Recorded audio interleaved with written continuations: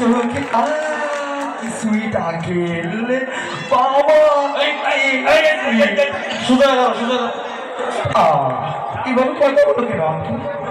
আমি কি সোজা হয়ে দাঁড়াবো? আচ্ছা আমি দাঁড়াচ্ছি। হয়েছে দুষ্টু, তোমার মনে হলো কোনো কিছুই হয় না, এবার হয়েছে। আচ্ছা ঠিক আছে মা, তোমার সোজা হয়ে দাঁড়ানো লাগবে। বাবা আঙ্কেল আমাকে মারা তো কেন? আমি তো মা না, আমি তো বাবা। আচ্ছা ঠিক আছে বাবা, তোমার নাম কি বাবা? তুমি আমার নাম জানতে চাচ্ছ? তাহলে বুঝতে পেরেছি তুমি আমাকে খুব পছন্দ করেছো। তুমি আমার ইমো নাম্বার চাচ্ছ, আমি তোমাকে ইমোতে নাম্বার দেবো, বুঝছো? তোমারে আমি ইমো লেন্সিং করে অনেক টাকা ইনকাম করি, তো তোমাকে আমি ইমো নাম্বারটা দেবো। আর তুমি আমার নাম জানতে চাচ্ছ, সেটা আগে তোমাকে বলছি। সে অনেক বড় ঘটনা।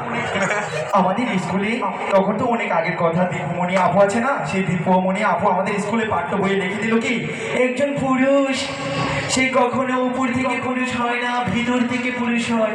একজন নারী সে কখনো ভিতর থেকে নারী হয় না, সে উপর থেকে নারী হয়। আমাকে উপর থেকে দেখতে পাচ্ছে সেটা হচ্ছে পুরুষ, কিন্তু মন থেকে আমি একজন নারী।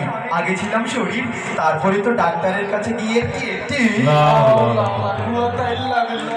কেটে তারপরে তো আমি শরীর হয়ে গেলাম। বুঝতে পারছি বাবা, বুঝতে পারছি। তবে এই আঙ্কেল, তুমি আমাকে বিয়ে করে নাও না। আস্তাগফিরুল্লাহ। তুমি আমাকে করবে? মা তুমি যাও, ভাই সব যাও, তুমি যাও তোমার। আমি যাবো না, আমি তোমায় বিয়ে করবো। আস্তাগফিরুল্লাহ। বাবা যাও, তুমি যাও। বাবা অশুভ ইঁদুর আঙ্কেল, লজ্জা করে না? মেয়েদের গায়ে দেখলে ধাক্কা দিতে ইচ্ছে করে। যাও, থাকবোই না, দুষ্টু কোথাকার। আরে